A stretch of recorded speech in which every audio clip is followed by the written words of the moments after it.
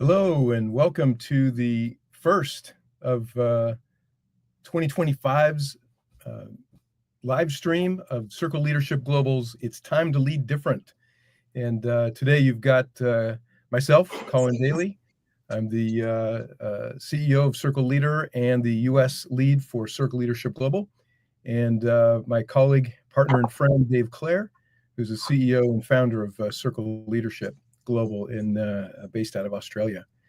And today, as we kick off the new year, I have on my mind, some ideas around talking about, how to actually prime the pump for growth in this coming year, and also, beyond, how to actually establish and set up your business so that as you are, doing and developing your strategic plans and implementing your approaches to your go-to-market strategy, that you're thinking about, what are the fundamental principles and steps that you can take to set yourself in good stead. So I thought maybe we would have a conversation about that today and go from there. Dave, do you have any input, or do you want to? Is there a topic you'd like to see? Mate, I think it's a great topic, and what a great way to start 2025. And so I think we should just dive straight in and lead us in, not into temptation, Collin. Let's go. This is a really exciting topic. So, all right. Yeah, I'd love to get your insights on this. Yeah. Well, so just, I'll dive right in. I'll go head first into the deep end. Yep. I believe that, and you and I have been talking about in some of our previous live streams, we've been talking about this idea that leadership and the approach to leadership needs to change. It needs to adapt. It needs to evolve. And that's really what we're all about here at Circle Leadership Global. We're 100% about helping our clients find their rhythm and evolving their own leadership and applying tools. What's interesting is, however, that a lot of times, in our clients' minds, there's a distinction between leadership and sales and marketing, Yes. leadership and sort of their operational team structure. Maybe they talk about culture and their brand. And what I'm going to suggest is that the most fundamental factor, the most crucial element of your go-to-market and your growth strategy needs to be the development of a highly engaged, highly active, energetic culture. And the base premise is, basically your culture is your brand, and Yes. your brand is literally the mechanism by which you differentiate yourself in the marketplace. And so, as we go into 2025 and beyond, differentiation in the marketplace with your customers is, going to be more difficult than ever before. And competition for attention, competition for every dollar is going to be, just amped up, and it's not going to get any better. So the question is, how can we help our clients really set themselves up? And that goes back to building cultures that are really organically and authentically capable of making deep connections with their customers. So that's kind of where I want to start the conversation. Yeah. What do you think? What's your experience and thought? Well, I'd like to ask a question, actually, is when you talk about, the culture is your brand, can you expand on that for everyone watching or listening to this? Like, when you say that, what do you mean by that? Well, so why do people buy what they buy? They buy what they buy because they know, like, and trust either the person or the company that they're dealing with. And why do people stay with an organization? Why do they give themselves, their passion, their enthusiasm, their effort, and their extra attention, to an organization? Because they know, like, and trust the values and the vision and the mission of the company they're with. And so there's really direct correlation, right? So the culture that we develop and our clients are able to develop for their teams is really that internally facing brand. It's really that internally facing brand experience that the team gets to actually live, love, and expand on and experience. And what happens is they take that into their everyday engagements. with customers.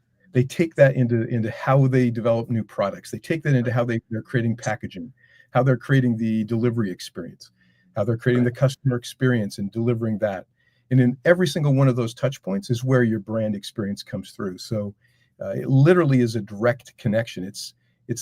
Your brand is the embodiment of your culture to the marketplace, and that's where I see it connecting. Yeah. So you're suggesting that brand is an inside-out proposition, not an outside-in proposition. That is 100% my base premise, and that literally the way we lead our teams is central and critical to creating that culture. So if we want a strong brand, it's not about hiring a great agency who can come up with a fantastic tagline. It's about creating an internal sense of belonging. It's about creating that internal story that moves people to action. You use the terms constantly about capturing the spirit of our people. Yeah. It literally is our internal narrative.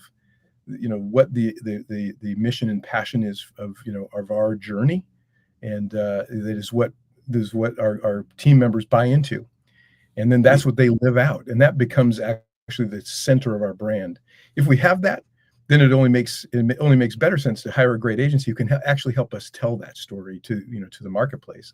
But unless we've got that, unless our clients have that at their center, it's just hollow. And having spent my entire career in that side of the business, it's a lot like putting lipstick on a pig. It's just it doesn't. You can beautify it, but it's still, if it's not at its center, genuine and authentic, it will come off in the marketplace that way. Yeah, so, and I think it's what is the outside of a building called? A facade. Like a facade, right? Yeah. And so I think this is what I find fascinating is that when we get a branding companies who do phenomenal work, don't get me wrong, but when you engage a branding company to help you, get your brand right, and you don't have your culture right. You're building a facade. So you're saying, here's what we want the market to think and feel about our business. But then that isn't married up on the inside. So because brand is how the market and consumer thinks and feels about your business, whereas culture, as we obviously know, is about how the people in your organization think and feel about the company, right? So we talk about that, speaking that with love. And then when we speak that love to the market, then the brand, is developed and everyone falls in love with why we do what we do. Right. And that's why I wanted to, really make sure that people understand what Collin's talking about here is that culture comes from the inside out. Brand is an inside out proposition because the brand is built on, as everything Collin's just shared with us, all this, the way people think and feel about the business. When people can speak that with love and you're served by somebody who just loves what they're doing. So the whole storytelling has to start from the inside. And, we've talked about this ad nauseum about, like Jobs. One of the things he did extremely well was he was one of the best brand storytellers, if you wish, from the inside out. Because by the time he went into that first Apple store to buy that first iPhone or the iPod, when he put 10,000 songs in our pocket, who was already in love with Apple and the iPod before you as a consumer ever were? He and his team. They fell in love with it, and that's why they engineered it to be so beautiful and so connected with sort of the aspirations of their marketplace. So, yeah. So what does all this then have to do with, growth? Obviously evolution needs to be a natural state of your business, but you'll have growth spurts along the way. So what does this all have to do with leadership and growth? So what's the function or how does a business grow? In your estimation, what are the mechanisms to help it grow? Well, firstly, growth is about being more for more, right? So it's so the mechanisms for growth are, I guess your messaging to the market, and then how you can attract clients. Yeah, acquiring, right. So we grow by acquiring new customers, right? We grow by either acquisition of clients or acquisition of other businesses that have clients. Right, exactly. So it's bringing in, to your point, clients and or businesses that can bring customers and clients.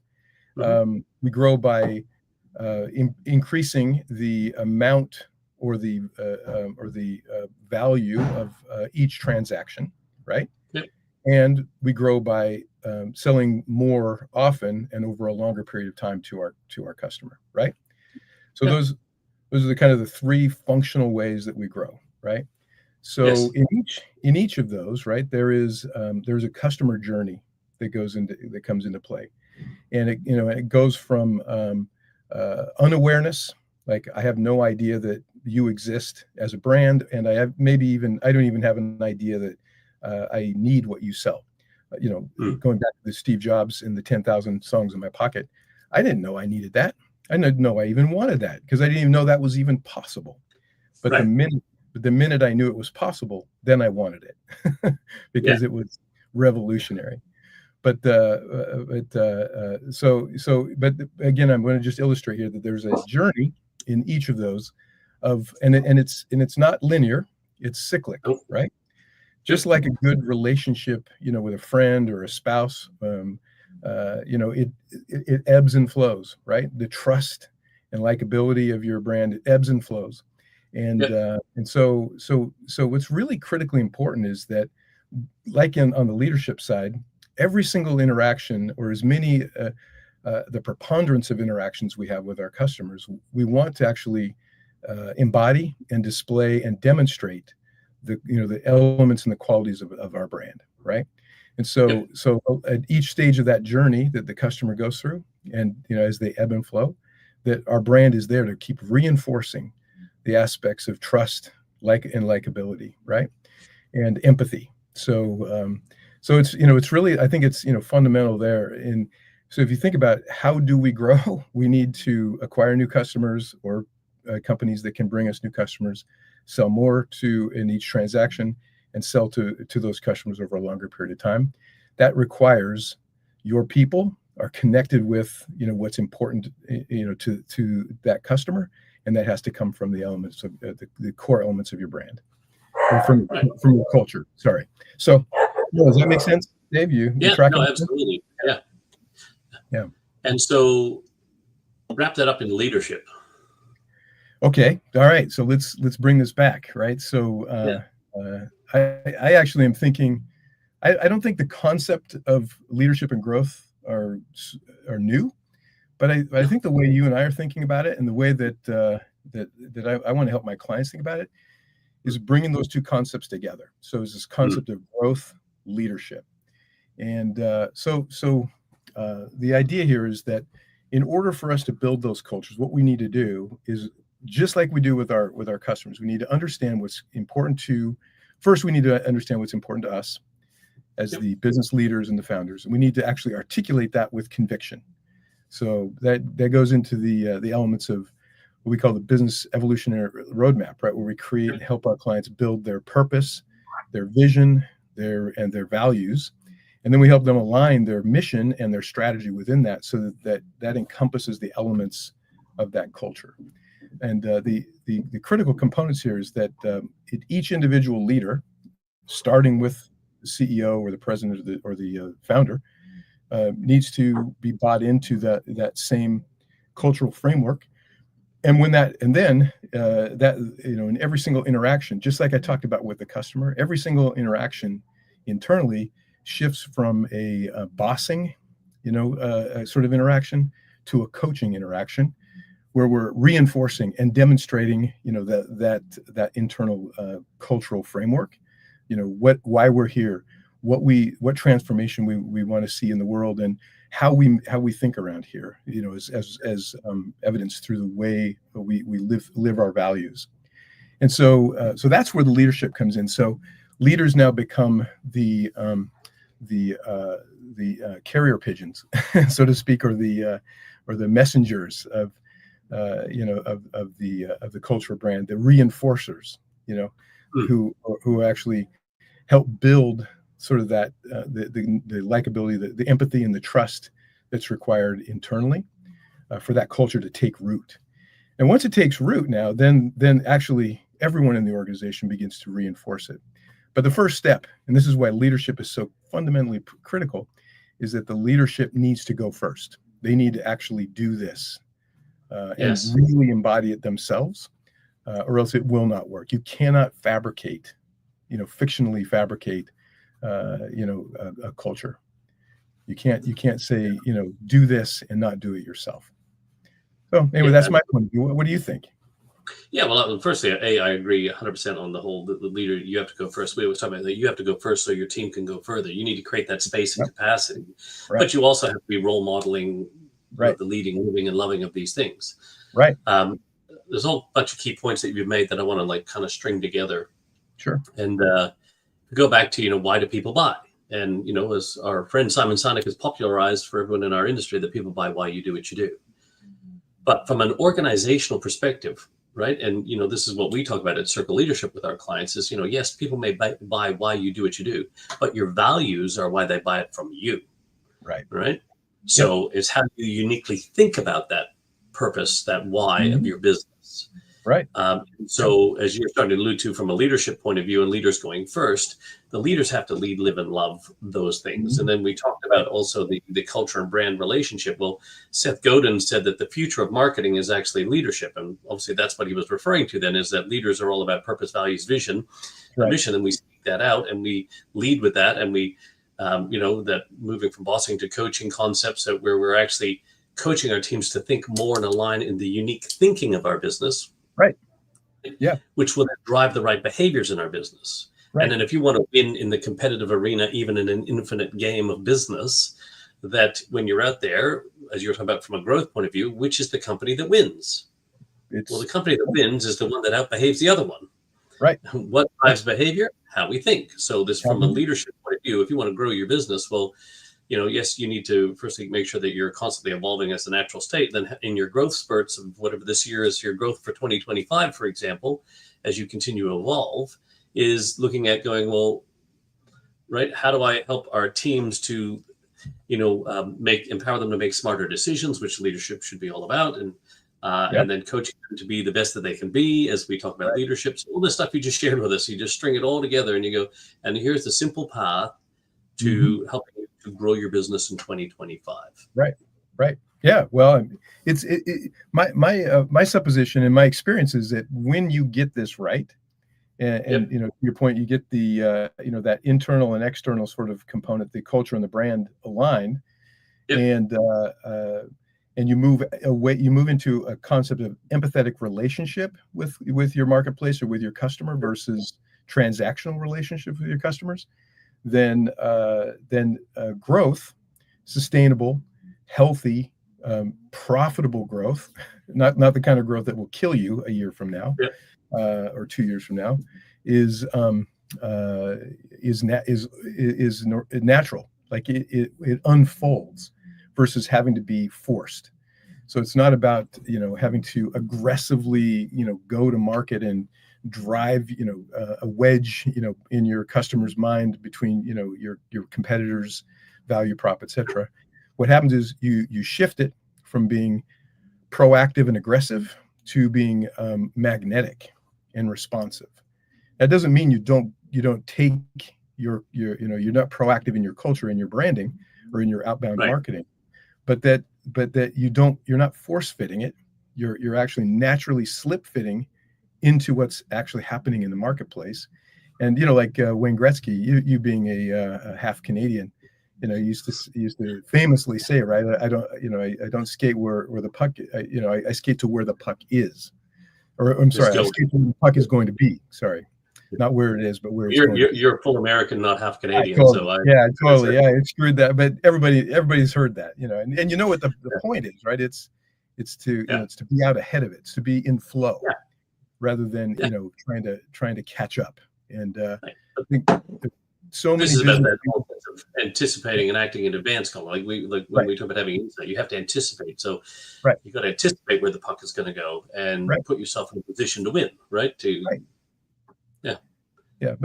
point here is so, and so many of my clients over the years, have come to this process of growing their business from a how do we sort of squeeze the marketplace, or how do we extract from the marketplace, how do we take customers, or how do we, so even the language of it is very very aggressive and militaristic, and it really doesn't take into consideration what's happening, in the emotional world of your customer. And I think leadership, quote unquote leadership, has fallen in that same camp. It's how do we organize our teams for maximum productivity, and right, how do we basically squeeze the most juice out of all of our employees, rather than how do we enrich them, and how do we actually tap into the infinite possibility that's within them. And I think the revolution I'm talking about here, growth leadership, is about seeing in your people and in your culture a component of profit, like return on life as a measure.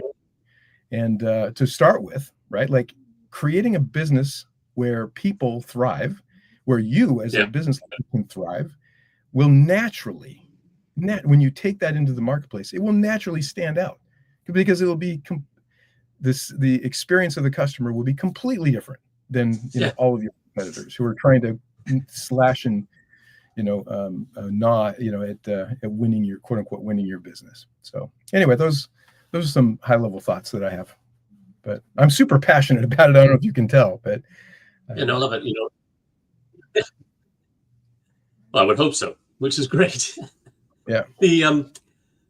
I guess, and I think one of the points you just made there that may have just been brushed over a little bit, but just everyone understand what Collin just said is that, like, when you look at way people, organizations treat their people, right? And a lot of consumers are looking at how the organizations treat their people, especially the younger generations coming through now, are going to possibly start to choose who they get their services from, not just based on the cheapest price or convenience or the things that we used to do in the past, quality, convenience, price. They're going to be looking at the ethical considerations of that organization as it into the future, right? And this is why we talk about not just being the best in the world, but the best for the world. Yeah. And, so whilst you kind of was just part of your commentary, it's really important to extract that and pull that out. What you said there was so profound that I think a lot of businesses are missing that at the moment. And the sooner they start to realize, the better you treat your people, the better you treat your supplier network, your strategic partners, the whole ecosystem of your organization, the more people are going to resonate with your business. Yeah. Because imagine when all stakeholders in your organization are in love with it and they're speaking about it. Hey, I love working with ABC company because they, as a supplier, I don't even feel like a supplier to them. They're like, we feel part of the team, and it's just an amazing. You'll have everyone speaking with love about your business to the world. Can you imagine if that? And then the consumers are going to go, wow, that's an amazing company. They must do amazing stuff. Yep. No, and it shows up in every interaction, and people talk. Right? That's the other thing. Word of mouth is still the most powerful marketing tool that has ever been invented. So we buy a lot of what we buy in our world based on how others within our network of friends and family buy, and because we can trust them. So and so what happens is let's imagine somebody buys a pair of shoes online and they have a really rough time sending them back. What happens? They tell 5 people who maybe tell another 10 or 15 people, and it can go if the experience is really bad. But if that experience is done over and over again, it creates a ripple effect in the marketplace. And a lot of times, I've worked with clients who have said, we can't figure out what's going on, because there's so many of those, myriad. It depends on the size of the organization, but it can be tens of thousands, if not millions, of interactions with customers, and each one of them is slightly negative. It creates just a ripple effect that will actually destroy your capability of growth.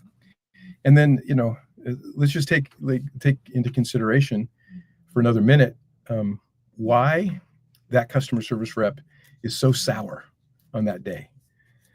Probably because they're having a real rough time in their team. They don't feel connected. They don't feel seen and heard. They do not have the tools and the resources and the support. They don't know how to make decisions. Maybe they are being asked to make decisions, but they're not given the authority. or of structure. So, and all of that, this is the central piece. All of that is down to leadership. All of it. That's down to, the leaders of the organization, being conscious of that. So, anyway, But I've always said that if your customer service sucks, it's because your leadership sucks. That's right. That's right. Right? That's 100% true. Yeah. And if your customer service sucks, your growth and business development will suck. It will be hard. Yeah. So so you can go from scalability to failability very quickly. Yeah. In fact, you can buy your way into failability so quick. In fact, that's how you do it. Create a horrible experience, or deliver a bad product, and go market the hell out of it, and you'll be out of business, 6 months from now. So. Yeah, if that long. One of my buddies, Michael Hopkinson Painting, much love to Mike out there. He once told me, he said, Dave, there's 3 levels of service: awesome, good, crap. Yeah. He said, nobody talks about good. He said, so if you want people to talk about your business, be awesome or be crap. Yeah. And depending on how you want them to talk about your business, choose awesome or crap, right? And he said, but that was like from a customer service point of view. But I think, as per our conversation here, you have to expand that awesomeness. You have to treat your people awesome. Yes. You have to treat your suppliers awesome. Your strategic partners awesome. Your community partners, wherever your business is built in, your landlords, your leaseholds. I don't care, whoever you work with or it's in your ecosystem, awesome. Mm-hmm. All right. Because that's just a multiplier. It's an amplifier. Yeah. Right. Much as to your point, like that 5 people tell 5 people tell 5 people. That's a scalability of failability. We can scale failability very quickly. Right. Yeah. And same thing for awesomeness, can be spread like wildfire very quickly. But if you're just trying to be awesome only for your customers and you treat people like crap, there was a. I know we're getting close to the end here. There's a famous gym here in Australia. It's kind of like a Snap Fitness. I think they've got that in the States. Mm-hmm. I won't name the gym here, but one of their values is we wow our members. And when I was talking to the business owners, the PTs, the gym managers, and I said, well, that really tells me they don't give a crap about you. They just want to wow their members. They want you to wow their members. But are they wowing you? Because if you want to deliver wow, you better be receiving wow. It's hard to deliver wow when you're receiving what? Right? You can't. Yeah, either you value wow or you don't. Yep, that's right. I get it, but you're making it just external. Yep. Right? And then we get back to the very beginning, that it's an inside-out proposition. Absolutely. Yeah. Right? And that inside isn't just your team. It is all the people in your ecosystem. Yeah. Absolutely. Yeah. Yeah. And so I think that's really powerful. Yeah. I would say the final thing here, and the core component of this is, you just said it, but I'll rephrase it. You can't create an experience that you don't have. You cannot give away something you don't have. If you don't know what that experience of being in love with that brand feels like, you can't share that with somebody else. So if you want your business to grow, start with leadership before you hire the agency. It doesn't matter how big or small your business is. This applies to every single business that is connecting with people, their ecosystem, like you're talking about, Dave, and their customer base. So, yeah, absolutely. Well, mate, thank you for bringing that topic to the first episode of It's Time to Lead Different live podcast here in 2025. Mate, can you believe we're here? It's 2025. Yes, and I'm excited. To respond at worst, lead at best, but not to react. So please take a lot of the wisdom that Collin has shared with us today. Think about it for your business. If you have any comments on it, questions, pop them down in the comments when you watch this. If you've been watching it live or after the fact you watch this, please make sure that you put some questions or comments. And if also there's anything, any leadership culture or strategy topic you'd like us to unpack, destroy, tear apart, be contrarian to, we would love to know that. We had quite a few suggestions from last year, which we tackled. So if anybody has any at the beginning of this year, please send them to us. We'd love to have that. We'd love to unpack them and really take a different perspective at it from what leading different will look like in 2025 and beyond. But Collin, thank you as always for sharing your wisdom, my friend, pleasure. and look forward to seeing you next week and ripping apart some other great opportunity for leaders in 2025. Amen. Let's go. All right. See you guys.